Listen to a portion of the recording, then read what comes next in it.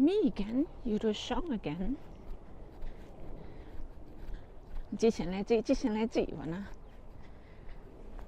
you do strong again လာပြီးတော့ပြန်ပြီးတော့ပွားကြမယ်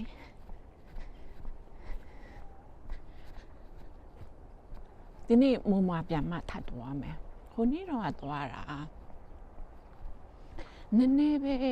မကုံဘောနော်တခြားလောက်ပဲမမအကြီးရောတဲ့လားတခြားလောက်ပဲတေချာမပြီးခဲလို့မချင်နွယ်ဒီတစ်ပတ်ပြန်သွားမယ်အဲဆိုတော့ဟိုရတော့ပေးရတယ်ဝင်ကြီးက30လူကြီးဆို30ကလေးဆိုရင်တော့19ကြာလား18လားတော့ကျောင်းသားဒါမဲ့ free night ရှိရနော် Friday night ကလေသူက Friday night မှာ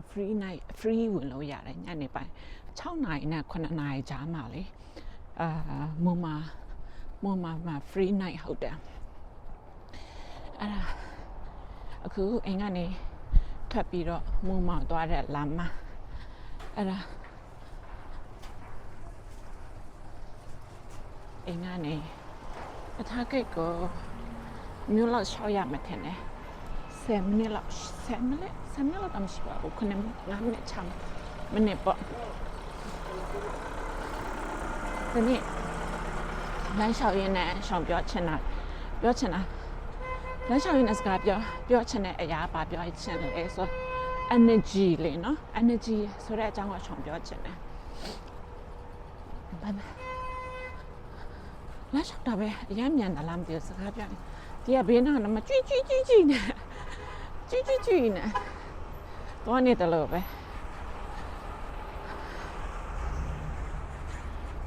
ကြည့်ငါ့ကို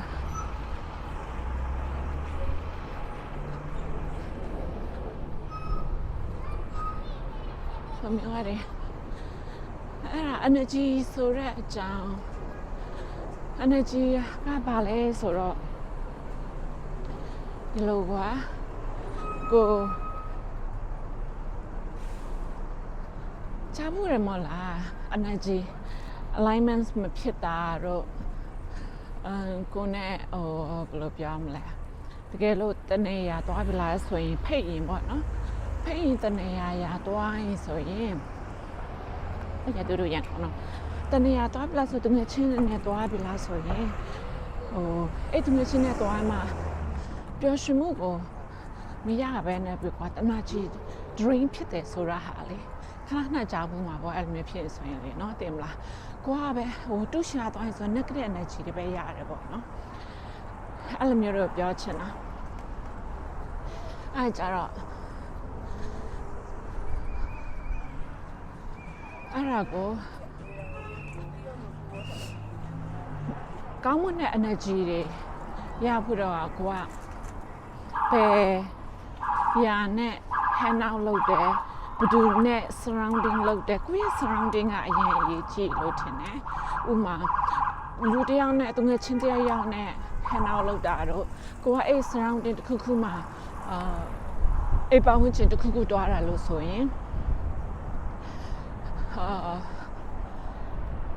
တကယ်လို့ကိုဒီ surrounding မှာဒီတောင်းနဲ့ပဲအများနဲ့သွားနေပြီဥမာဒီတောင်းမှာ negative energy ပဲရှိနေပြီလားဆိုရင်ကိုပါအဲ့လိုဖြစ်လာတာပေါ့နော်လူတယောက်ကတဲ့80ရာခိုင်နှုန်းကတဲ့ who you hanging out who you surrounding ပေါ့နော်အဲ့လိုမျိုးပေါ်မှာမူတည်တယ်တဲ့ဘာဖြစ်လို့လဲဆိုတော့အဲ့ဒီဘယ်လိုပြောမလဲအဲ့လိုမျိုးအများနဲ့သွားလာနေအများနဲ့ပြောနေမှာ surrounding မှာသွားလာနေဆိုတော့တစ်ခါလေကြာရင်80ရာခိုင်နှုန်းကလေကိုရဖြစ်လာတတ်တယ်တဲ့သူဝတ်စားတယ်လို့သူတွေးတယ်လို့သူနေထိုင်တယ်လို့ပေါ့နော်အဲ့လိုဖြစ်လာတတ်တယ်တဲ့အဲ့ဒါကြောင့်မို့ဒါရှောင်းရဲ့ experience နဲ့ပဲဆိုင်တယ်နော်တမယာအတွက်တမယာကို judge လုပ်တာလည်းမဟုတ်ဘူးတကယ်လို့ကိုတခါ hand out လုပ်နခ hand out လုပ်ကိုအတွက်ဘာမှမရရင်လေ hand out မလုပ်တာပဲကောင်းတယ်သိလား ဘာမှမရဆိုတာ hang out လုပ်တဲ့လူကိုတခုခုရချင်လို့မဟုတ်เนาะသူရှိကဟိုအခုညီလိုအပ်နေတာလည်းမဟုတ်ဘူးပတ်စံလိုအပ်နေတာလည်းမဟုတ်ဘူးဘာလိုအပ်နေတာလည်းမဟုတ်ဘူးပေါ့နော်at least you have some grow mindset လေနော်grow mindset မရှိဘဲနဲ့ဟိုအချိန်ပြည့် negative ပဲပြောနေမှလေသိမလား it is affecting you လေအဲ့ဒါကိုပြောချင်တာအဲ့လိုအဲ့ဒါကကိုယ့်ပေါ်မှာမူတည်တယ်ကိုယ့်ပေါ်မှာကိုယ့်ရဲ့ရွေးချယ်မှုပေါ်မှာအရင်အရေးကြီးလို့ထင်တယ်။ရှင်ကတော့သူတော့ဆန်တန်ဒီအခုအရင်စားတော့မဟုတ်ဘူးเนาะအခုနောက်ပိုင်းမှာတကယ်လို့ဗာနဲ့ mantra သုံးခုနဲ့မကိုက်ညီပလားဆိုရင်တိတ်ပြီးမှ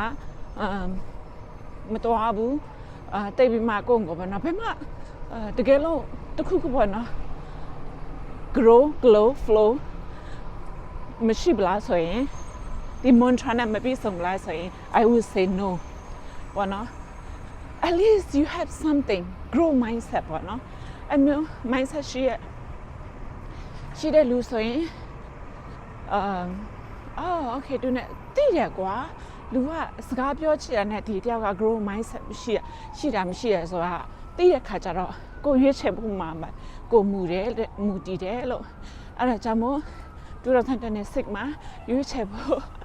သုံးခုနော် grow glow flow နဲ့ကိုစစ်ပါလို့ပြောရင်အခုဒီမှာချောင်းလိုက်တော့မယ် see you love you is